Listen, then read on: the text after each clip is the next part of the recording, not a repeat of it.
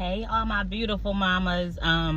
Just remember that you are a celebrity. If you are pregnant or maybe your baby's a newborn, okay? Maybe you just recently had a baby. Just know that you are a celebrity. With that being said, this is gonna be part 2. We're gonna address the incident at the Dallas Regional Medical Center, I believe it's called, where she was treated like she wasn't even human.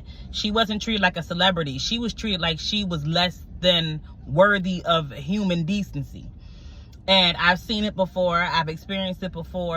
And let's just talk about it. So this is what you need to do as a celebrity. Always have good security, okay? So what that means is that you carry with you, you keep with you what you're gonna need in case you have to give birth to that baby in the car, or a paramedic has to come and help you. Because what I wish she would have done, I can express this a little better now because I'm not tired. My first video that I recorded about this, I was tired and sleepy and in bed and upset, but I'm feeling a little better.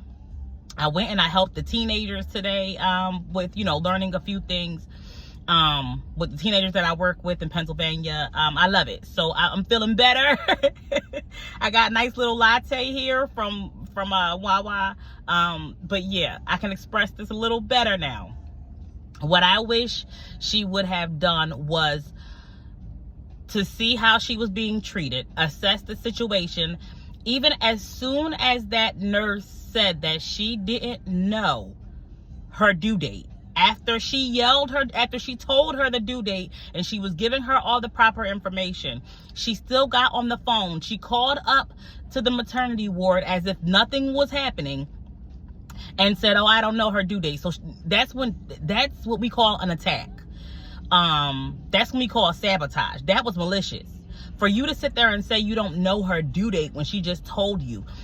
I want you, celebrity, to remember to assess the situation, call judgment right then and there. Assess the situation and act on it accordingly. That's when you prop your phone up. I want you to start carrying, especially to these hospitals, carry a selfie stick that turns into a tripod, okay? If they don't want you recording something, they're not supposed to touch your property. Just prop your phone up on your selfie stick tripod, and then you can have your hands free to do whatever else you need to do. Because someone needs to call, in that case, someone should have called 911. Her mother should have called 911 and told them that she was being neglected and mistreated at the hospital currently with a baby currently coming out. The mother was clearly saying and expressing that the baby was down in her pelvis. She was saying, "The baby's in my ass." When a baby feels like it's in your ass, mama, it's coming out, okay? So she should have called the paramedics. The paramedics are better prepared to help pregnant women who are delivering. They know what they're doing. I went to school for EMT, and as an EMT, they basically trained us to be the doulas to the paramedics. EMTs are assistants to paramedics. So the paramedics know how to deliver a baby. EMT, they didn't teach us how to deliver babies, but we knew how to be doulas. We knew how to be their assistants. So what you want to do is you want to call 911. You want to report it as an emergency. You want the police to come in. The police will know better. Just about anybody knew better than that nurse that day. But you want to prop your phone up. You want to record everything, and you want to verbally express that you are not allowed to touch my property. So if they try to knock your phone down or they try to do anything to your phone being propped up recording the situation while your hands are free or while you walk away, you want to make sure that you caught yourself on camera stating, "Don't touch my property. My property is going to break if you touch it, and I'm going to sue you." You will be sued. You know what I mean? You will be held accountable if you touch my property. Basically the same way they do whenever you walk into a store that has high theft or whatever, any store. They let you know you're on camera. You are being recorded. You will be held liable for whatever you say, whatever you do, anytime you're being recorded. Make sure that your video catches the footage, like make sure that your video hears you and sees you making that same statement, that same disclaimer. You are being recorded. You will be held accountable according to what footage I get. Do not touch my camera. Do not touch my property, okay? Make sure you have you a good selfie stick. Plus, you want to take pictures of you and the baby after you have the baby. So make sure you have a good selfie stick that turns into a tripod so that you can be hands-free if you need to be hands-free, okay? But she needed to call the police in that case. If you're in a hospital, you can still call for emergency help. She was in the emergency room. Most emergency rooms are filled with paramedics. A lot of people think that only nurses and doctors are in emergency rooms. That's not true. Paramedics and EMTs work in emergency rooms. So that's what she needed. She needed emergency help. That was an emergency. The issue with the video is that she was being triaged incorrectly, one, and she wasn't being assisted properly at all. Like, even if she's being triaged incorrectly, like, the nurse could have still physically done better with her in the office. So she just wasn't being treated. Like, it's just what is it called? It's not malpractice. I guess it's malpractice. But yeah, what I want you to do, though, I want you to start, black women especially, any mama, but black women especially, I want you to start assessing these situations and calling judgment on it right away. All right? Now, in your labor bag, in your hospital bag, when you know you're toward the end of your pregnancy, you should be packing a bag to go to the hospital or the birthing center, right? I want you to start carrying around, I found them online. They're called McKesson absorbable liners or pads.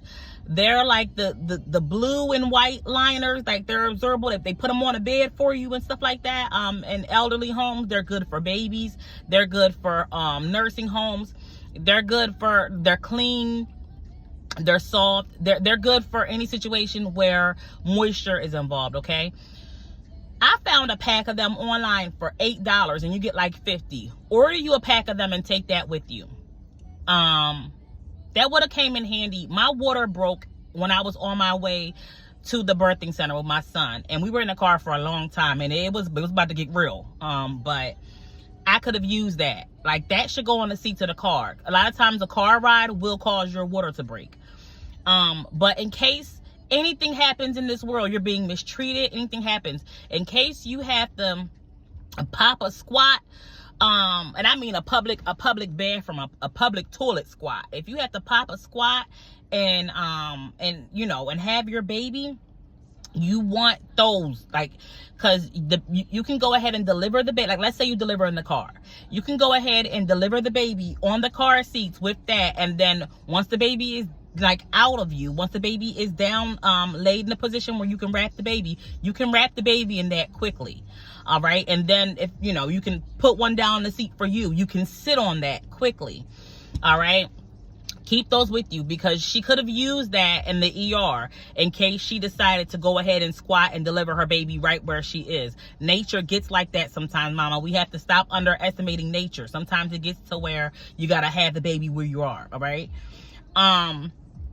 Now, if it's not safe, in that case, I feel like she felt like, and I feel like it maybe it wasn't safe for her to have that baby there with that malicious energy in the room, that old white lady. So that's when you want to bend over. You want to get down as low as you can. You want your chest, your top half, your pregnant belly, you kind of want to start to turn upside down if you can, but you can't do that, right? So your job is to take the gravity off of your pelvis and off of your canal, because the baby's coming down. But you don't want to hurt yourself or the baby. You want to take the pressure and stress off of the baby's head. So you want to get down on all fours, but you want to put your butt in the air as high as you can. Put that ass up as much as you can and close your legs. You want your knees to be touching each other, but you want your pregnant belly to be, you know, going against gravity, the gravity of your bottom half. So you need the gravity to kind of be on your chest and on your upper half. So it's like you get down on all fours. You kind of put your chest as low to the floor as you can without hurting your pregnant belly. And you put that ass up, close your knees, okay? It's not going to be comfortable. I mean, labor and delivery is not always the most comfortable, right? The situation, you know, not comfortable, but it's safe. It's safe to be in that position. It won't stress your baby out so much. You're going to continue to have contractions. And I'm going to tell you, like, the way my contractions are strong, it'll push past a lot. It'll push past a lot. So you have to be in a position where it's not cooperative with the baby coming out and being, you know, dropped low. You want to get in a position that doesn't make it easy for that baby to just slide out. Get down on all fours. Make sure your chest is as low as it could be. Put that ass as high in the air as you can, and make sure your knees are touching, okay? Just until you get to where you have to get to. And you can also, like, let's say you have to get on a stretcher or something. Like, this is a position that you can get into when you're in the car. This is a position that you can get into wherever you're at. And then even still, you know, you can have your McKesson mats ready, okay? Your absorbent mats ready, all right? And again, I pray that nobody has to go through this. That was some horrible neglect, but I'm feeling a little better now, so I'm able to actually articulate a little better. All right, love y'all.